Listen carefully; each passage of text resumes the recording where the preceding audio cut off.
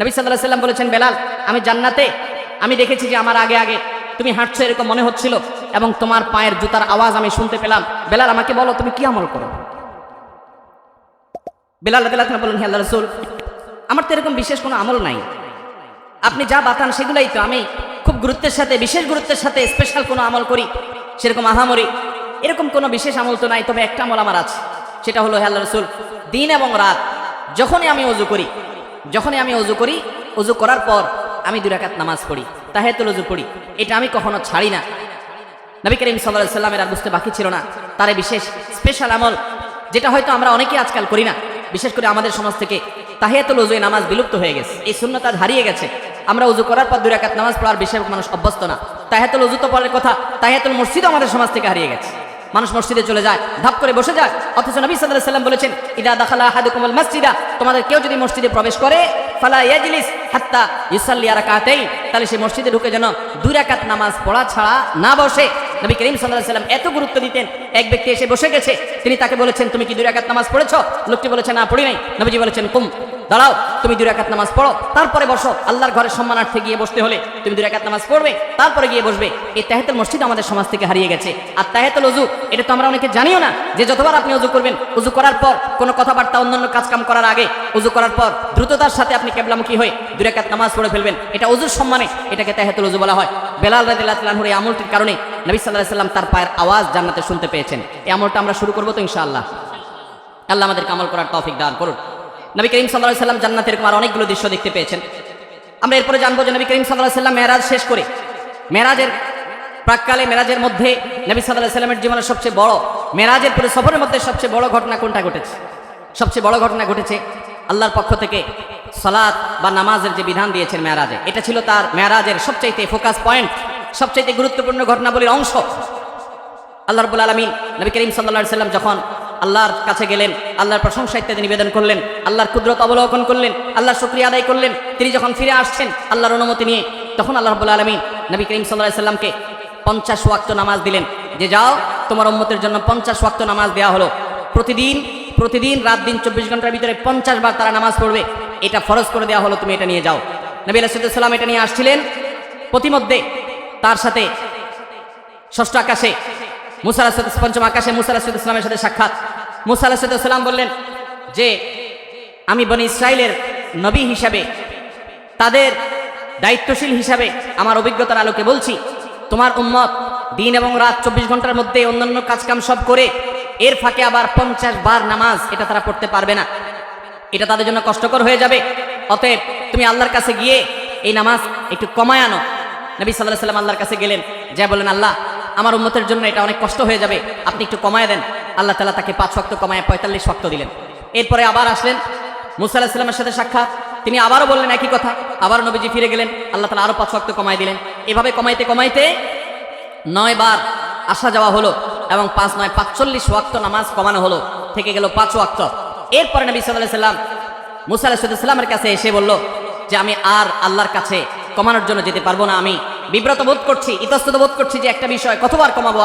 5 ওয়াক্ত আল্লাহ তাআলা নির্ধারণ করে আমাদের প্রিয় নবী সাল্লাল্লাহু আলাইহি সাল্লামকে বলে দিয়েছেন, যাও মুহাম্মদ, তোমার উম্মতকে জানিয়ে দাও, তারা যদি 5 ওয়াক্ত নামাজকে ঠিকঠাক মতো, সময় মতো, হক আদায় করে, সুন্দর করে আদায় করে, তো আল্লাহ রাব্বুল আলামিন তাদেরকে 50 ওয়াক্ত পড়লে যে পরিমাণ তারা সওয়াব পেত, আল্লাহ বলেছেন যে সেই পরিমাণ সওয়াব তাদেরকে আমি 5 ওয়াক্তের মাধ্যমে দেব। 5 ওয়াক্ত নামাজকে হক আদায় করে করবো তো ইনশাআল্লাহ। ওয়াক্ত মতে ইহতিমামের সাথে, ধীরস্থিরতার সাথে, সৌন্দর্যের সাথে, মনোযোগের সাথে, আল্লাহর স্মরণের সাথে নিয়ে আল্লাহ রাব্বুল আলামিনকে স্মরণ করবার জন্য তুমি সালাত আলী যিকরি, আমরা মহব্বতের সাথে, খুশুর সাথে মৃত্যুর আগ পর্যন্ত 5 ওয়াক্ত নামাজকে আঁকড়ে ধরবো তো ইনশাআল্লাহ। ভাইরা আমার, নবী করিম সাল্লাল্লাহু আলাইহি সাল্লামকে আল্লাহ রাব্বুল আলামিন মেরাজে ডেকে নিয়ে, একান্ত কাছে নিয়ে এই 5 ওয়াক্ত নামাজ দিলেন। এই নামাজ যার যত বেশি সুন্দর হবে, সে আল্লাহর তত বড় ওলি, সে আল্লাহ তত বড় নেককার। যার নামাজ যত তাড়াহুড়ো হবে, যার নামাজে যত অবহেলা হবে, যার নামাজে যত মনোযোগ কম থাকবে, যার নামাজ সালাত যত অসুন্দর হবে, এই ব্যক্তির সাথে আল্লাহর সম্পর্ক তত দুর্বল প্রমাণ হবে। অতএব ভাইরা আমার, মুরব্বীরা আমার, আল্লাহর ওয়াস্তে চ্যালেঞ্জ হিসেবে নিতে হবে, আমরা জীবনে, আমাদের জীবন যাবে, আমার প্রাণ যাবে, আমার নামাজ কখনো ছুটতে পারে। অতএব নামাজের ওয়াক্ত হবে, ইমানদার কখনো নামাজে গাফলতি করবে। নবী করিম সাল্লাল্লাহু আলাইহি সাল্লামকে আল্লাহ রাব্বুল আলামিন এই বিধানটি দেওয়ার জন্য তাকে নিয়ে গেলেন মেরাজে। অথচ এত কাছে নিয়ে আল্লাহ রাব্বুল আলামিন অন্য কোনো বিধান দেন নাই। রোজার বিধান আল্লাহ তাআলা জিবরিলকে দিয়ে পাঠিয়ে দিয়েছেন, যাকাতের বিধান জিবরিলকে দিয়ে পাঠিয়ে দিয়েছেন, হজের বিধান আল্লাহ রাব্বুল আলামিন জিবরিলকে দিয়ে পাঠিয়ে দিয়েছেন। ইসলামের অন্য সমস্ত বিধিবিধান ফরজ নির্দেশগুলো কোরআনের আয়াত নাজিল করেছেন, জিবরিলকে দিয়ে পাঠিয়েছেন। 5 ওয়াক্ত নামাজ এত গুরুত্বপূর্ণ যে আল্লাহ তাআলা তার নবীকে ডেকে নিয়ে গেছেন নিজের কাছে, একান্তে ডেকে নিয়ে নিজে সরাসরি এই নামাজের নির্দেশ দান করলেন। এজন্য ভাইরা দেখবেন আমাদের প্রিয় নবী সাল্লাল্লাহু আলাইহি ওয়াসাল্লাম তার জীবনে নামাজের গুরুত্ব কেমন ছিল।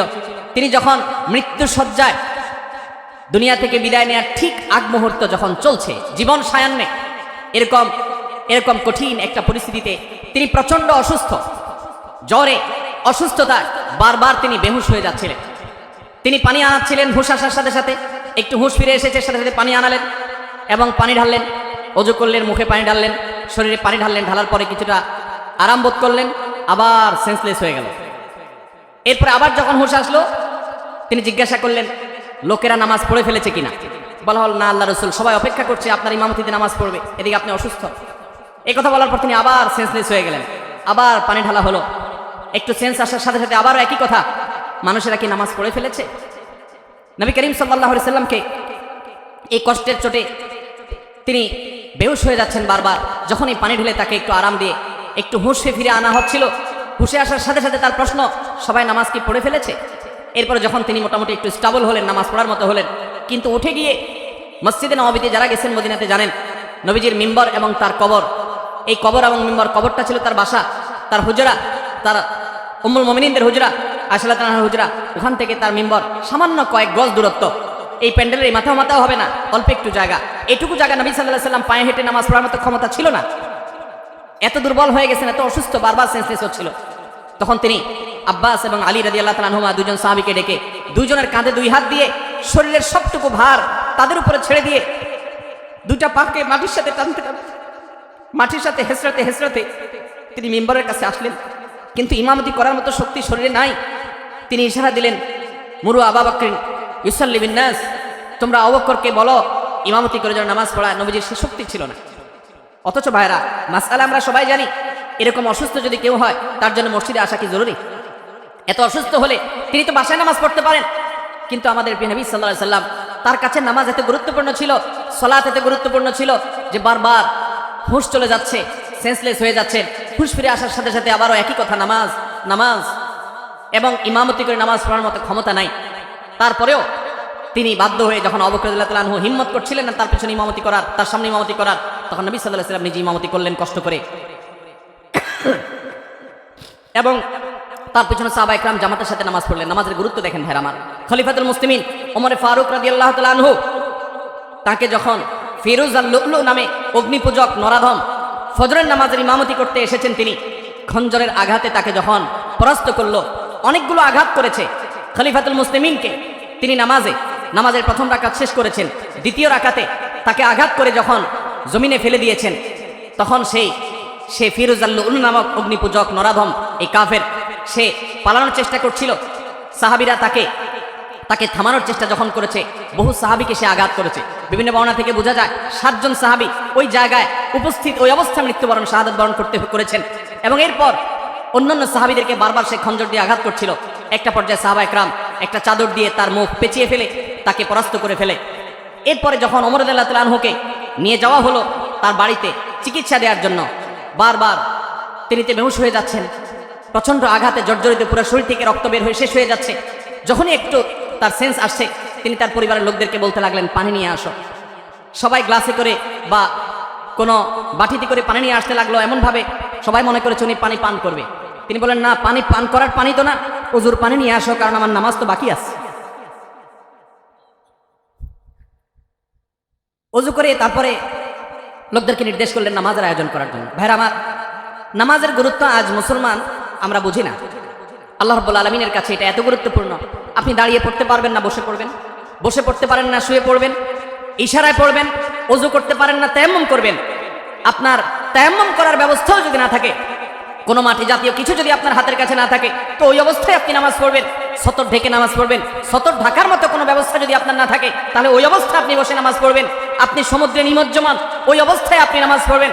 কেবলার দিকে ফিরে নামাজ পড়বেন, কেবলার দিকে ফিরতে পারেন না, তাহলে অনুমান করে কেবলার দিকে বা যেদিকে সম্ভব সেদিকে ফিরে সালাত আদায় করবেন। কিন্তু নামাজ মাফ নাই।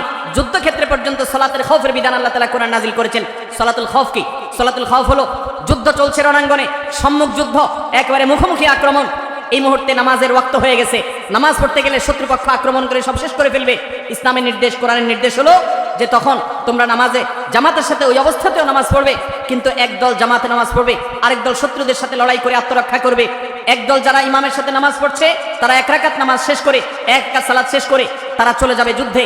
যারা এতক্ষণ যুদ্ধ করছিল তারা এসে ইমামের পিছনে আবার দাঁড়িয়ে তারা এক রাকাত পড়বে, তারা তাদের এক রাকাত শেষ করে আবার চলে যাবে। এক রাকাতের মাঝখানে যাওয়া জায়েজ নাই, কিন্তু যুদ্ধক্ষেত্রে সালাতুল খাউফের বিধান এটা জায়েজ আছে যে তোমার জীবন রক্ষা করতে হবে, তোমার নামাজও রক্ষা করতে হবে।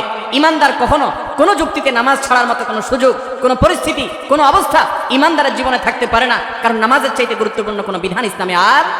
মোহতারাম হাজিরিন, আল্লাহ রাব্বুল আলামিন এই নামাজের গুরুত্ব আমাদেরকে বুঝার তৌফিক দান করুন।